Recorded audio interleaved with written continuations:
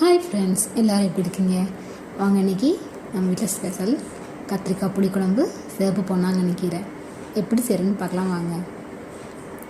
கொஞ்சமாக வானலியில் சின்ன வெங்காயம், 10 பல்லு பூண்டு, கொஞ்சமாக கத்திரிக்காய் சேர்த்து நல்லா வதக்கிக்கலாம்.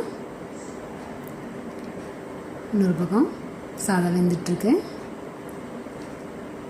கத்திரிக்காய் இந்த நல்லா வதங்கின உடனே புளி தண்ணி, தக்காளி, மசாலா சேர்த்து நல்லா கொதிக்க விட்டுக்கலாம். சிவப்பு பொன்னாங்கண்ணியை நல்லா ஆஞ்சி வச்சுருக்கேன். நல்லா 5-6 தடவை நல்லா அலசி வச்சுருக்கேன். கொஞ்சமாக பாசிப்பருப்பு ஒரு கொதி வந்த உடனே அது கூட சிவப்பு பொன்னாங்கண்ணியை சேர்த்து நல்லா வேக வச்சுக்கலாம். கொஞ்சமாக சின்ன வெங்காயம் சேர்த்துருக்கேன். இது கூட உப்பு, மஞ்சள் சேர்த்து அரைச்சி அது கூட சேர்த்து நம்ம நல்லா கொதிக்க வச்சுக்கலாம்.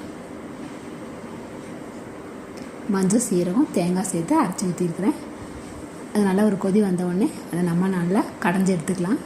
கையிலே கடைஞ்சால் தான் ரொம்பவும் டேஸ்ட்டாக இருக்கும். நீங்கள் வேணால் ட்ரை பண்ணி பாருங்கள்.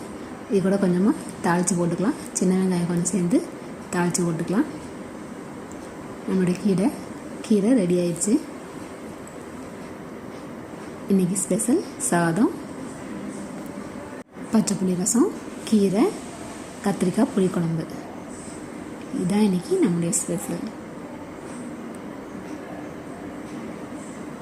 ஒரு சிலர் சொல்லுவாங்க, நீ எல்லாம் வீடியோ போட்டு என்ன பண்ண போகிற அப்படின்னு சொல்லுவாங்க.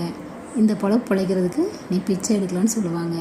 இதில் நம்ம காதில் வாங்க வேணாம், தேவையே இல்லை. நமக்கு என்ன பிடிக்குதோ அதை நம்ம செஞ்சுட்டு போயிட்டே இருக்க வேண்டியதான். நமக்கு வியூஸ் வரும், சப்ஸ்கிரைபர் வரும், அந்த எந்த ஒரு எதிர்பார்ப்பும் இல்லாமல் நம்மளுடைய இதை நம்ம கரெக்டாக செஞ்சுட்டே இருப்போம். நமக்கு பிடிச்சவங்க, நம்மளை பிடிச்சவங்க இருப்பாங்க.